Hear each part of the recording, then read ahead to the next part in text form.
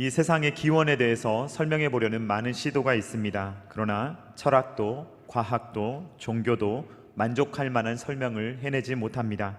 오직 성경만이 이 세상이 어디에서 왔는가, 그리고 이 세상은 앞으로 어떻게 되는가, 그리고 인간은 누구인가 라는 것에 대해서 명확한 설명을 제공하고 있습니다. 성경이 말하는 방식은 논증이나 설득이 아닙니다. 어떤 증거를 제시하려고 하지 않습니다. 성경은 그냥 선포합니다. 역사적인 사실이 이렇다라고 쭉 이야기합니다. 태초에 하나님이 천지를 창조하시니라 라는 선언으로 성경은 시작되고 있습니다. 우리가 창세기 1장 1절을 믿는다면 우리는 창조주 하나님을 믿는 것입니다. 하나님은 없음에서 있음을 있게 하시는 분입니다. 무에서 유를 창조하시는 분입니다. 이 창조주 하나님은 전능하시기 때문에 능치 못한 것이 없는 분이십니다. 하나님께서 전능하신 창조주라는 사실, 이 사실이 여러분에게 위로가 되십니까? 아니면 위로가 되지 않으십니까? 위로가 되십니까? 여러분들이 하나님을 아시기 때문에 그렇습니다. 만약에 하나님을 전혀 모르는 사람이 이 성경을 처음 읽는다, 아무런 배경 지식 없이 만약에 성경을 처음 읽는데 하나님이 전능하다라는 것은 그 사람에게 위로가 되지 않을 수도 있습니다. 만약에 성경을 계속 읽어가는데 이 신이 만약에 하나님이 괴팍한 분이다, 혹은 변덕스러운 분이다, 혹은 잔인한 분이다 라고 한다면 그것 같은 재앙은 없습니다.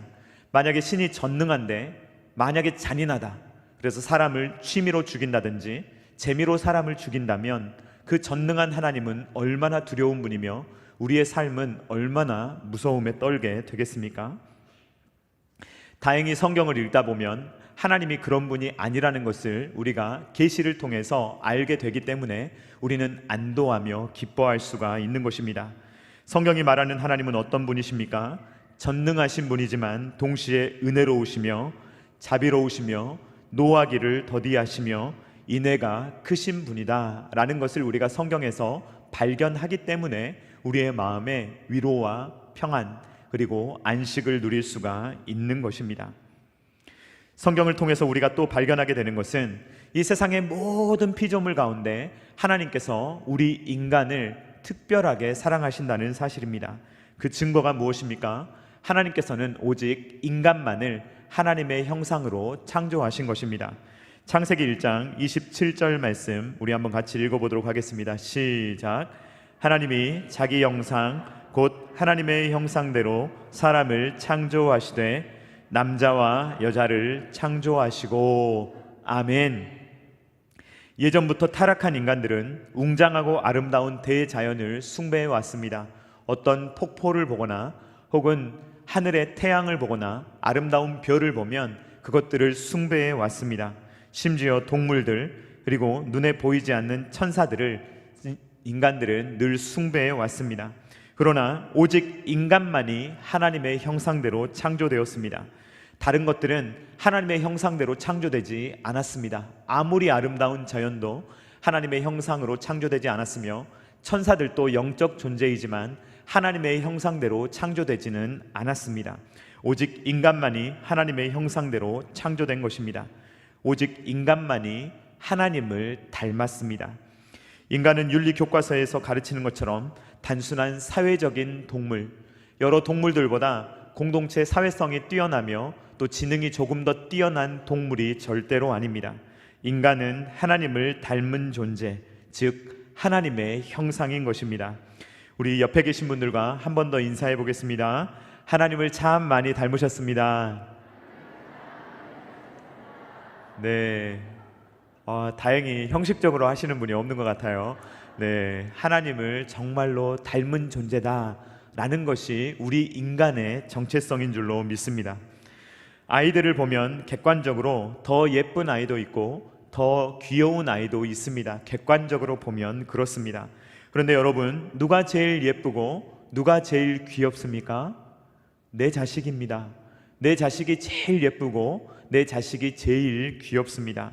조금 못생겼어도 조금 덜 귀여워도 객관적으로 볼 때는 그렇지만 그냥 아이가 나를 닮은 모습을 보면 말할 수 없는 기쁨을 누리게 되는 것입니다. 인간이 소중한 이유는 다른 피조물보다 능력이 출중하기 때문이 아닙니다. 우리가 천사보다 뛰어난 면이 없습니다. 실은 인간의 모습은 동물보다 못할 때도 많이 있습니다.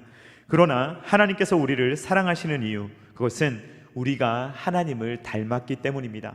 하나님께서 하나님의 형상으로 하나님을 닮도록 우리를 창조하셨기 때문에 하나님께서 그저 우리를 보시고 기뻐하시고 좋아하시고 하나님께서 우리를 사랑하시는 것입니다.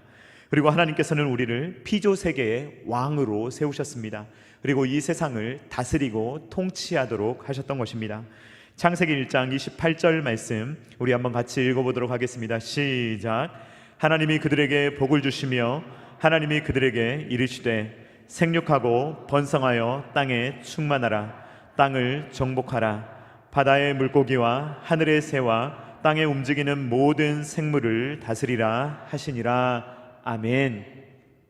이 말씀을 문화명령이라고 부르기도 하며 구약의 지상명령이다 라고 부르기도 합니다. 우리는 신약의 지상명령을 잘 알고 있죠. 우리 신약의 지상명령을 한번 같이 읽어보겠습니다. 마태복음 28장 19절로 20절까지의 말씀 시작. 그러므로 너희는 가서 모든 민족을 제자로 삼아 아버지와 아들과 성령의 이름으로 세례를 베풀고 내가 너희에게 분부한 모든 것을 가르쳐 지키게 하라. 볼지어다 내가 세상 끝날까지 너희와 항상 함께 있으리라 하시니라. 아멘. 구약의 지상명령과 신약의 지상명령, 이것이 있는데요, 지상명령이라는 것은 지극히 중요한 명령, 가장 중요한 명령이다 라는 것인데, 둘 다 공통점이 무엇이냐면 온 세상을 하나님의 사람으로 채우는 것입니다. 하나님께서 태초에 원하셨던 것이 바로 이 에덴의 동산을 하나님의 사람들, 하나님을 예배하는 자들이 온전하게 땅을 채우는 것이 하나님의 지상 명령이었습니다. 그런데 인간이 타락하여서 그것을 이루지 못했습니다. 그러므로 예수님께서 다시 오심으로 새로운 지상 명령, 구약 때에 성취되지 못한 그 새로운 지상 명령을 주심으로 다시 한번 예배자들이 이 온 땅을 가득 메우는 것을 신약의 지상 명령으로 우리에게 주셨던 것입니다. 지난주에 저는 창조 자체가 은혜다라는 말씀을 증거했습니다. 창세기는 은혜로 시작합니다. 하나님께서는 은혜로 공간도 창조하시고 시간도 창조하시며 저와 여러분을 창조하셨습니다. 그리고 하나님께서는 은혜로 우리를 하나님의 형상으로 창조하셨습니다. 그리고 더더욱 은혜로운 것은 바로 이 창조주 하나님, 전능하신 하나님께서 저와 여러분과 같이 연약하고 부족한 피조물과 약속, 이 언약을 맺어주셨다라고 하는 것입니다. 사회에서 맺는 계약을 생각해 보시기 바랍니다. 여러분들은 보통 어떤 대상과 약속을 하십니까? 여러분들과 약한 사람, 여러분들과 약속을 맺었을 때 하등 도움이 되지 않는 사람과 약속하십니까? 아니면 여러분들에게 어떤 도움을 줄 수 있는 강력한 사람과 약속을 하십니까? 아마도 여러분들은 약한 사람보다는 강한 사람과 약속하려고 할 것입니다. 이 사회의 계약은 철저히 이익 중심입니다. 나에게 이로운가? 나에게 도움이 되는가? 저 사람과 약속을 맺었을 때 저 사람을 통해서 내가 무엇인가 얻어낼 수 있는 것이 있는가? 이것이 바로 사회의 계약입니다. 그런데 여러분, 잘 살펴보면 어떤 계약은, 어떤 약속은 이러한 이익 중심으로 되는 것이 아니라 관계 중심으로 되는 그러한 약속이 있습니다. 부모와 자녀와의 관계가 대표적인 그러한 예입니다. 부모님은 실은 자녀들에게 약속할 아무런 이유가 없습니다. 부모님들은 자녀와 약속하면 할수록 내가 뭘 물려주겠다, 내가 너에게 뭘 주겠다라고 약속하는 것이 자기에게 아무런 유익과 도움이 되지 않습니다. 자녀들이 시험을 잘 본다 한들 부모님에게 특별한 이익이 되는 일은 없습니다. 그러나 네가 이번에 뭘 잘하면 내가 이런 걸 줄게 라고 우리 부모님들은 약속을 하곤 합니다. 저도 가끔 약속을 하고 후회가 막심할 때가 있습니다. 아내가 이뻐 보일 때 잠깐 참아야 되거든요. 그리고 자녀가 귀여울 때 참아야 됩니다. 그 순간을 견뎌야 되는데 그 순간을 견디지 못하고 마음속에 이거 해줄까? 이거 사줄까? 그랬다가 괜히 그 약속에 매여버릴 때가 있습니다. 그러면 특별히 저희 둘째에게 약속을 했다가는 정말 그 기간이 단축됩니다. 얼마나 사람을 지지고 볶는지 견딜 수 없게 만듭니다. 그럼에도 불구하고 그렇게 순환당할 것을 알면서도 약속을 하는 것입니다. 왜 그렇습니까? 예쁘니까요. 저를 닮았으니까요. 그냥 그렇게 해주고 싶으니까요. 하나님께서 여러분들 한 사람 한 사람을 보는 마음이 그와 같습니다. 여러분들을 하나님의 형상으로 창조하시고 하나님께서 여러분들을 보면 너무 예쁘니까 하나님께서 여러분들을 사랑하시고 여러분과 약속을 하시는 것입니다. 여러분들 한번 생각해 보십시오. 하나님이 약속을 한들, 우리와 같은 피조물과 약속을 한들 하나님께 무슨 도움이 되겠습니까? 하나님은 약속을 하면 할수록 하나님께 손해입니다. 우리에게 얻어낼 것이 하나도 없으십니다. 그런데 성경이 계시하는 하나님은 어떤 하나님이냐? 우리와 약속하시고 그 약속에 스스로 매이시고 그 약속을 지키시기 위해서 신실하게 변함없이 일하시는 분이 바로 성경이 계시하는 우리 하나님이신 것입니다. 하나님께서는 영광의 무대, 이 창조라는 영광의 무대를 만드시고 이 창조의 무대에서 사람과 언약을 맺으시고 사람과 행복한 그러한 인생을 우리가 살아갈 수 있도록 하나님께서 우리를 인도해 가시는 것입니다. 그런데 여러분, 이 약속에는요 긍정적인 조항도 있고 부정적인 조항도 있습니다. 타락하기 이전에 하나님께서 주셨던 약속을 창조 언약이다 라고 말할 수 있는데, 이 창조 언약에는 긍정적인 부분도 있고 부정적인 부분도 있습니다. 이것을 잠깐 살펴보도록 하겠습니다. 창조 언약에서 하나님께서 우리의 인간에게 세 가지를 우리에게 기억하도록 하셨는데, 첫 번째는 안식일, 그리고 두 번째는 결혼, 그리고 세 번째는 일입니다. 하나님께서는 죄가 세상에 들어오기 이전에 우리에게 안식을 주셨습니다. 하나님은 6일 동안 세상을 창조하셨습니다. 그리고 하나님 더 하실 일이 있었습니까? 없었습니까? 없었습니다. 하나님의 창조는 완벽했습니다. 그러므로 하나님께서는 모든 일을 마치셨기 때문에 7일째에 안식하셨습니다. 만약에 아담과 하와가 죄를 짓지 않았다라고 가정한다면 그 7일이 쭉 이어져서 오늘날 우리도 안식일을 보내고 있었을 것입니다. 그런데 죄로 인해서 타락했기 때문에 이 일주일이라는 패턴이 생기게 된 것입니다. 태초에 하나님께서는 인간에게 안식을 허락하셨고 그 안식을 누리도록 하셨습니다. 두 번째는 결혼입니다.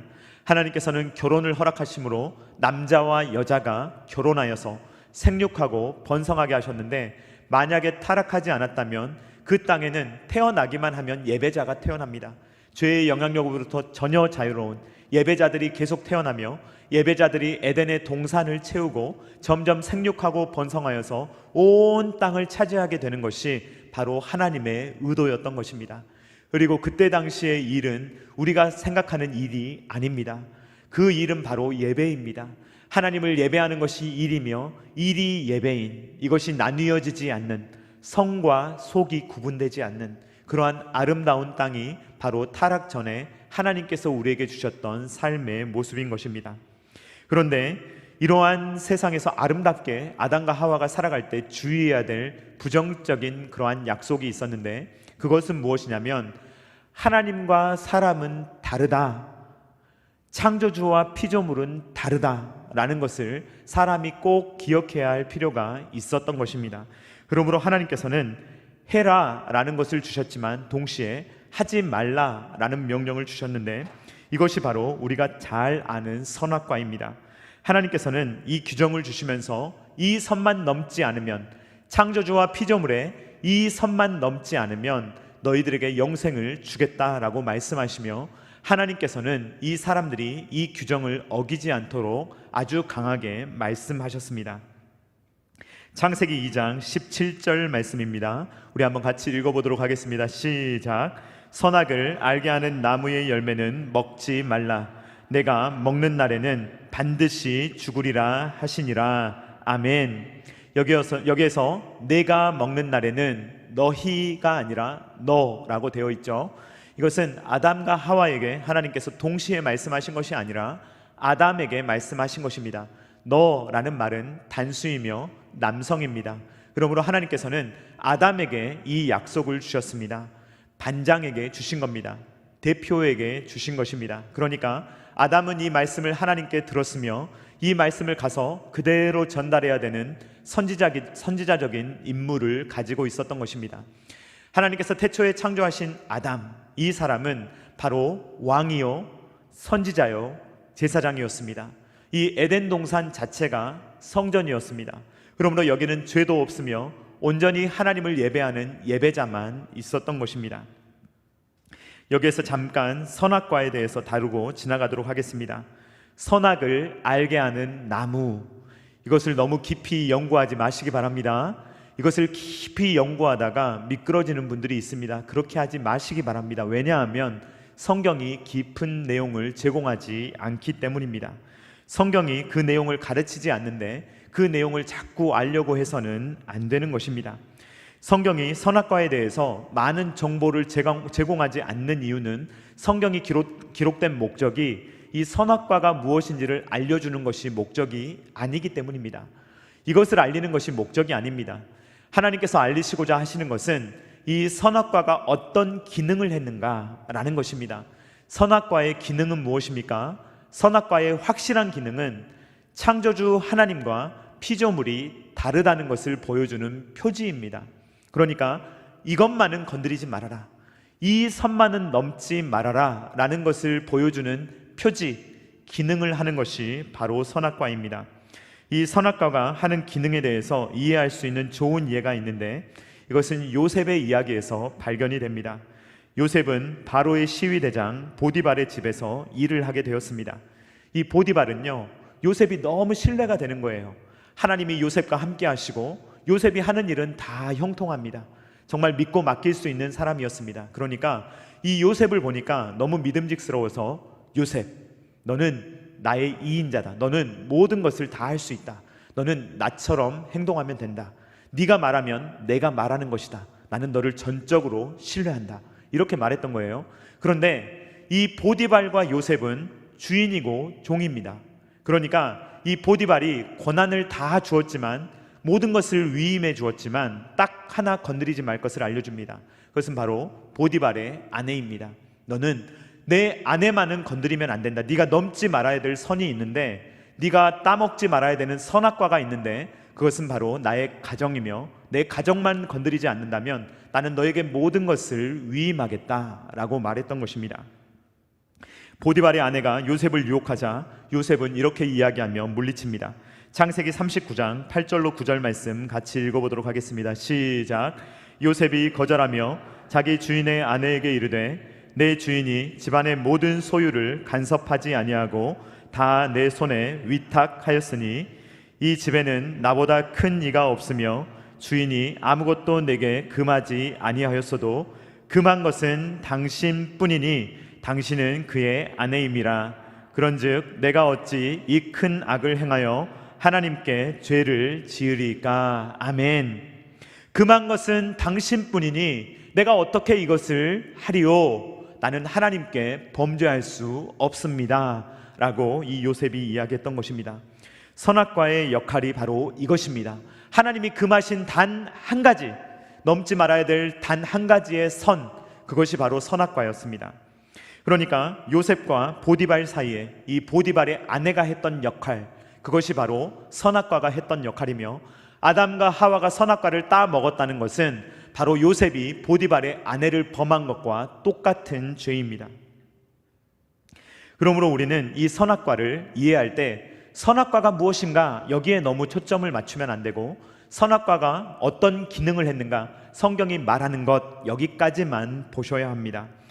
이 성경을 해석할 때 우리가 이렇게 해석해야 하는데, 여기에 대해서 베드로는 이렇게 이야기합니다. 베드로후서 3장 16절 말씀 같이 읽어보도록 하겠습니다. 시작.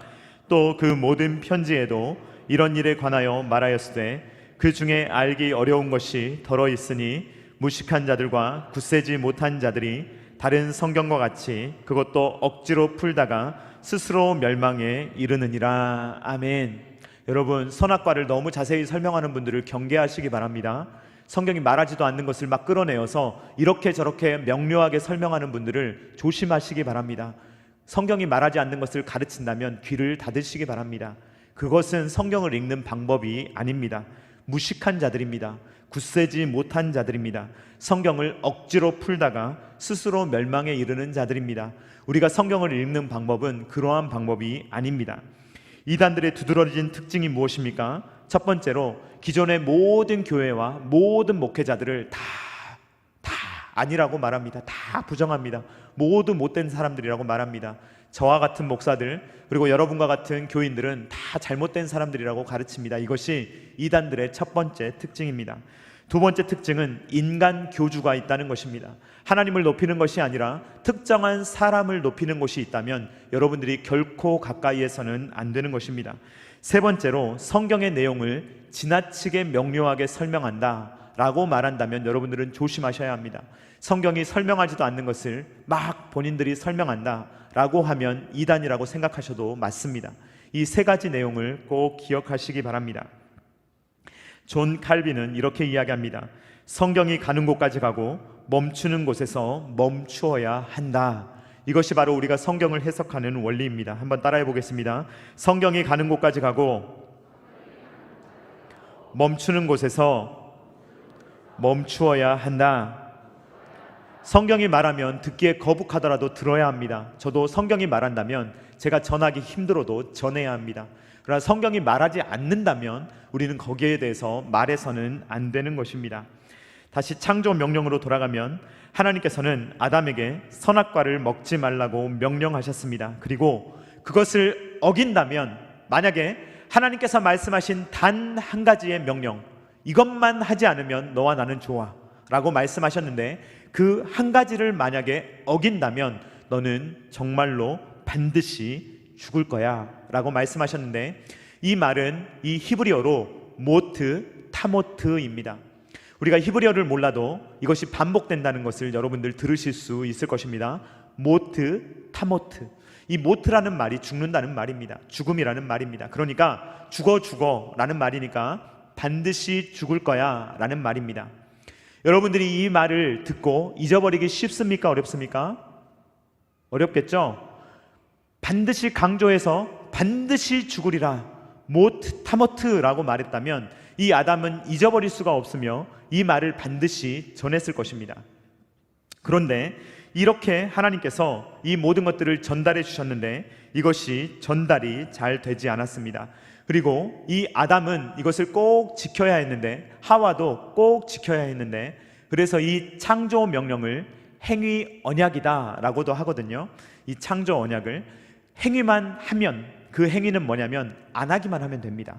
따먹지 않기만 하면 됩니다. 선을 넘지 않기만 하면 됩니다. 그런데 이것을 넘어버리는 것입니다. 마치 요셉이 보디발의 아내를 취하는 것과 똑같은 행동, 그러한 행동을 아담과 하와가 해버리는 것입니다. 선악과를 먹지 말라라고 했던 명령은 지키기 어려운 명령이 아니었습니다. 너무 쉬운 명령이었습니다. 이 아담과 하와는 완벽한 성인 그리고 완벽한 왕으로 기능할 수 있도록 창조되었기 때문입니다. 실제로 아담과 하와는 동산을 책임지고 다스릴 수 있을 만한 능력을 가지고 있었습니다. 우리 창세기 2장 19절 말씀 한번 같이 읽어보겠습니다. 시작. 여호와 하나님이 흙으로 각종 들짐승과 공중의 각종 새를 지으시고 아담이 무엇이라 부르나 보시려고 그것들을 그에게로 이끌어 가시니 아담이 각 생물을 부르는 것이 곧 그 이름이 되었더라. 아멘. 아담이 이렇게 총명했습니다. 이렇게 잘 다스렸습니다. 여러분들 자녀들의 이름을 지어보신 적이 있을 겁니다. 저도 제 자녀들의 이름을 지을 때 얼마나 고민했는지 모릅니다. 이 이름으로 평생 불려질 건데 혹시 내 아이가 이 이름 때문에 놀림은 받지 않을까? 혹시 이 이름이 발음이 어렵진 않을까? 이 이름이 좀 특이했으면 좋겠는데 부모로서 얼마나 고민을 합니까? 아담이 얼마나 총명했는지 짐승들이 오면 그 이름을 막 지어주는 거예요. 이렇게 아담이 총명하며 지혜롭게 모든 것들을 다스릴 만하게 지어졌습니다. 그러므로 하나님의 말을 이해하지 못할 아담이 아닙니다. 선악과 하나 먹는 것을 참지 못할 아담이 하와가 절대로 아닌 것입니다. 창세기 2장에서 성경이 끝났다면 얼마나 좋았겠습니까, 여러분? 창세기 2장에서 해피엔딩으로 딱 이렇게 얇게 끝났으면 얼마나 좋았겠습니까? 그런데 타락으로 말미암아 이렇게 두꺼워진 것입니다. 그래서 이 이야기가 진행이 되는데 이 하와의 이야기를 보면 하와는 두 가지 면에서 오류를 보여줍니다. 첫 번째로 하와는 하나님의 말씀을 그대로 수납하지 않았습니다. 하나님께서 아담에게 전하신 말씀은 모트 타모트, 반드시 죽으리라 라는 말씀을 주님께서 주셨는데 하와는 이 말씀을 약하게 바꿔버립니다. 그래서 이 죽음이 강조되지 않고 죽을까 하노라 라로 이렇게 바뀌게 됩니다. 우리 창세기 3장 3절 말씀 같이 읽어보겠습니다. 시작. 동산 중앙에 있는 나무의 열매는 하나님의 말씀에 너희는 먹지도 말고 만지지도 말라 너희가 죽을까 하노라 하셨느니라. 아멘. 죽는다는 사실은 알고 있었어요. 그런데 강조형을 죽였습니다. 그러니까 강조형을 아주 약하게 바꾸어서 그냥 죽을 거야 라는 식으로 말하지 모트 타모트의 말이 등장하지 않습니다. 그런데 이 충격적인 사실은 무엇이냐면 하와는 하나님의 말씀을 느슨하게 바꿨는데 뱀은요 하나님의 말씀을 그대로 가져옵니다. 그대로 인용합니다. 그런데 완전히 반대로 부정해버립니다. 그러니까 모트 타모트를 이 뱀은요 완전히 부정하여서 하나님의 말씀을 그대로 받아서 부정형을 사용합니다. 창세기 3장 4절로 5절 말씀 같이 읽어보겠습니다. 시작. 뱀이 여자에게 이르되 너희가 결코 죽지 아니하리라 너희가 그것을 먹는 날에는 너희 눈이 밝아져 하나님과 같이 되어 선악을 알 줄 하나님이 아심이니라. 아멘. 이 뱀은요 하나님과 사람 사이를 이간질하는데 하나님의 말씀을 그대로 인용하는데 정반대로 인용하여 로모트 타모툰이라고 이렇게 바꿔버립니다. 모트 타모트를 로를 붙이면 부정이거든요. 아니 이것이 됩니다. 모트 타모트를 로모트 타모툰이라고 바꿔서 아니 너희는 절대로 죽지 않아 반드시 죽지 않아 라고 바꾸어 버립니다. 사람은 이제 하나님의 말씀과 사탄의 말에 기로에 섰습니다. 누구의 말을 들어야 하는가? 이 상황에서 이 사람은 하나님의 말씀을 거부하고 넘지 말라는 선을 이들은 넘어버리며 누구의 말에 순종합니까? 사탄의 말에 순종하는 것입니다. 그런데 여러분 잘 생각해 보십시오. 지금 사탄이 사탄의 모습으로 왔습니까? 영적인 모습으로 왔습니까? 아니면 짐승의 모습으로 왔습니까? 짐승의 모습으로 왔잖아요. 뱀의 모습으로 왔잖아요. 뱀은 땅을 기어다니잖아요. 그러니까 인간이 누구의 말을 지금 듣고 있습니까? 뱀의 말을 듣고 있는 거예요. 뱀이 바닥에 있었다면 아마 쭈그리고 앉아서 뱀의 말을 들었을지 모르겠습니다.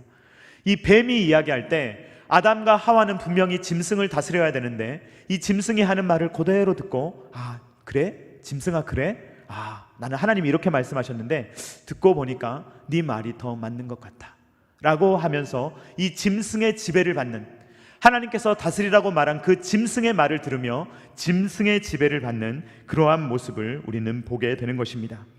영광스러운 인간, 하나님의 형상으로 창조되며 하나님의 뜻대로 왕이요 선지자요 제사장의 역할을 해야 되는 그 사람이 짐승의 지배를 받으며 이제는 언약 파기자, 한마디로 말하면 반역자로 그들은 돌아서고 말았던 것입니다. 요셉이 보디발의 아내를 탐하지 않았는데 탐했다는 그러한 누명을 쓰고 감옥에 가지 않았습니까? 반역자들은 어떤 벌을 받게 되겠습니까? 보통의 벌보다 반역자들이 받는 벌은 훨씬 더 큽니다. 왜냐하면 이런 반역이 다시는 일어나지 않도록 반역에 대해서만큼은 어떠한 왕들도 강하게 응징하기 때문입니다. 그러므로 반역은 엄벌로 다스려져야 하는 것입니다.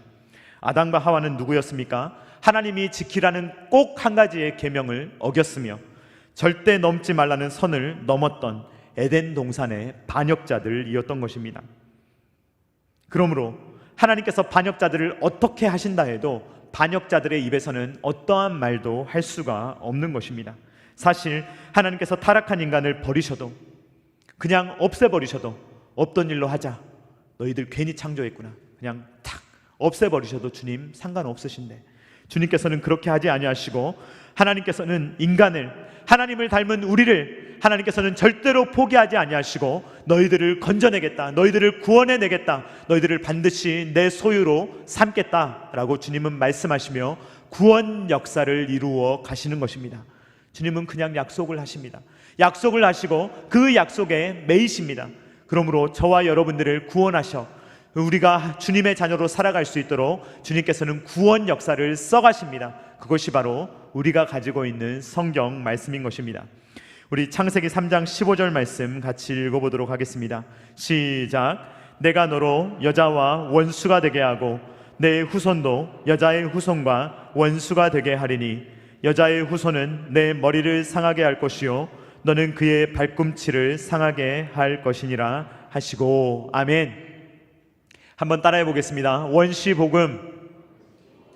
이 창세기 3장 15절 말씀을 원시복음이라고 부릅니다. 이 말씀에서 하나님께서는 사탄을 저주하십니다.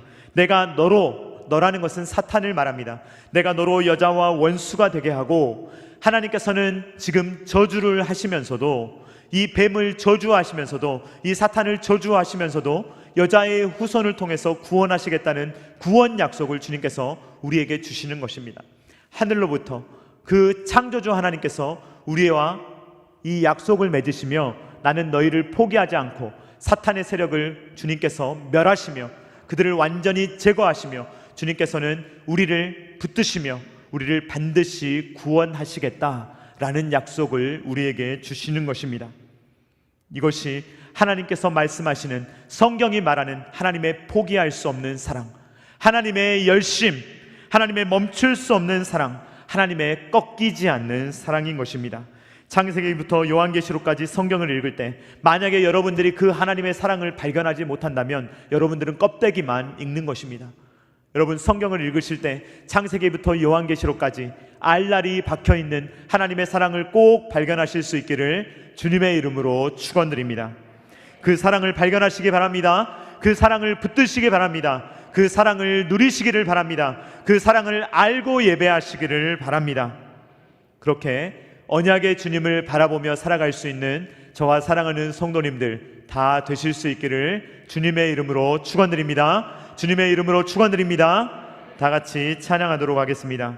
찬송가 변찮는 주님의 사랑과 찬송가 270장 함께 찬양합니다.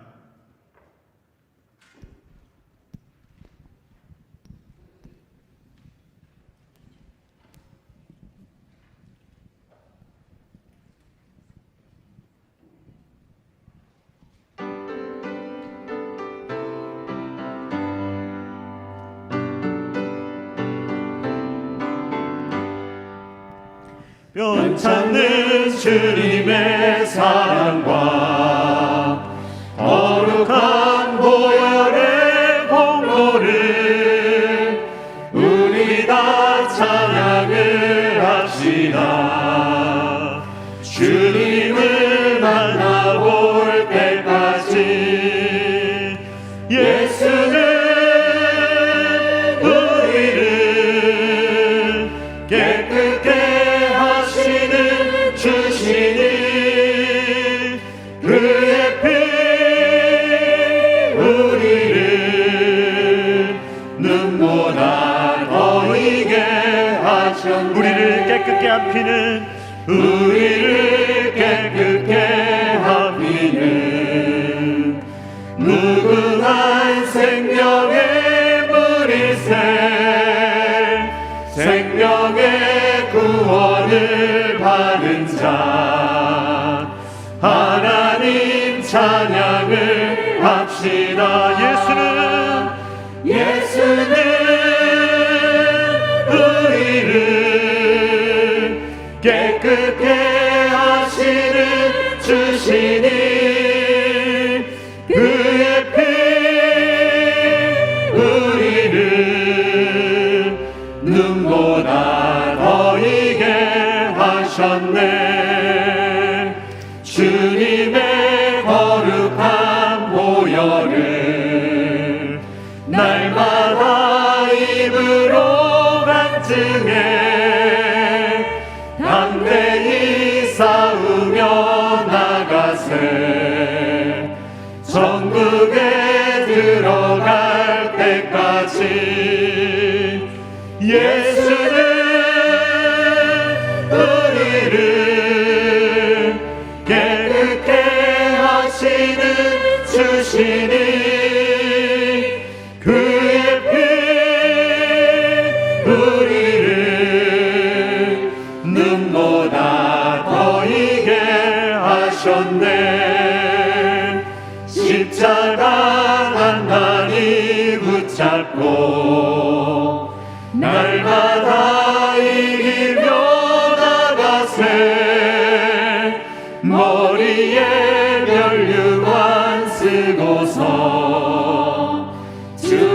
앞에 찬양할 때까지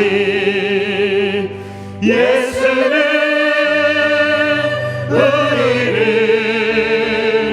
깨끗게 하시는 주시니 그의 피 우리를 눈보다 더이게 하셨네. 이 시간에 우리가 함께 기도하기를 원합니다. 사랑하는 여러분, 우리가 죄에 대해서 죄가 얼마나 무서운 것인지, 아담이 지었던 죄가 얼마나 무서운 것인지 우리가 깨닫지 못한다면 우리는 복음을 이해하지 못한 것입니다. 이 시간에 우리가 기도할 때 주님, 우리가 얼마나 큰 죄인인지 깨닫게 해주시고, 우리가 이 죄악 속에서 살아가던 우리를 주님께서 사랑하시고 건지시기 위하여서 여호와의 그 사랑으로, 쉬지 않는 열심으로, 꺾이지 않는 사랑으로 우리를 사랑하시며 우리를 붙드시며 우리를 품으시기 원하시는 그 주님의 사랑을 깨달으며 언약의 주님을 붙들고 살아갈 수 있는 우리가 될 수 있게 해달라고 우리 이 시간에 주여 한번 외치며 다 같이 기도합니다. 주여,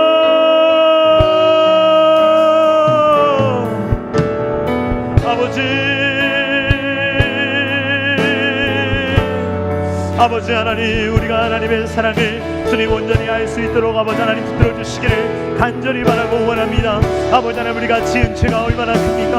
아버지 하나님, 그 선악과를 따먹었던 아버지 그 죄가 얼마나 주님 사악한 것이며 주님 얼마나 큰 반역이며 하나님 앞에 설 수 없는 우리를 아버지 하나님 사랑하시고 우리를 붙드시며 우리를 인도하시며 하나님의 품에 품어주시며 너는 내 것이다, 나는 너를 포기하지 않는다, 나는 정말로 꺾이지 않는 마음으로 너를 사랑하며 너를 구원하고야 만다라고 말씀하시는 그 하나님의 은혜를 온전히 기억하며 하나님을 붙들며 살아갈 수 있는 모든 하나님의 자녀들 될 수 있도록 아버지 하나님 붙들어 주시고 인도하여 주시옵소서. 주여, 주님, 우리가 성경을 통하여 이 하나님의 사랑을 알게 하여 주시오며 주님, 예배할 때마다 이 사랑을 고백하며 하나님 앞에 나올 때마다 이 사랑을 고백하며 아버지 사랑을 누리며 이 사랑 가운데 빠져 살아갈 수 있는 하나님의 사람들 될 수 있도록 도와주시고, 주여, 우리가 진정한 예배자, 하나님을 아는 예배자, 하나님을 높이는 예배자, 우리를 살리시며 구원하시며 영화롭게 하시며 하나님의 자녀로 살게 하시는 그 놀라운 은혜를 주님 마음껏 누리며 살아갈 수 있도록 오 아버지 하나님 붙들어 주시옵소서.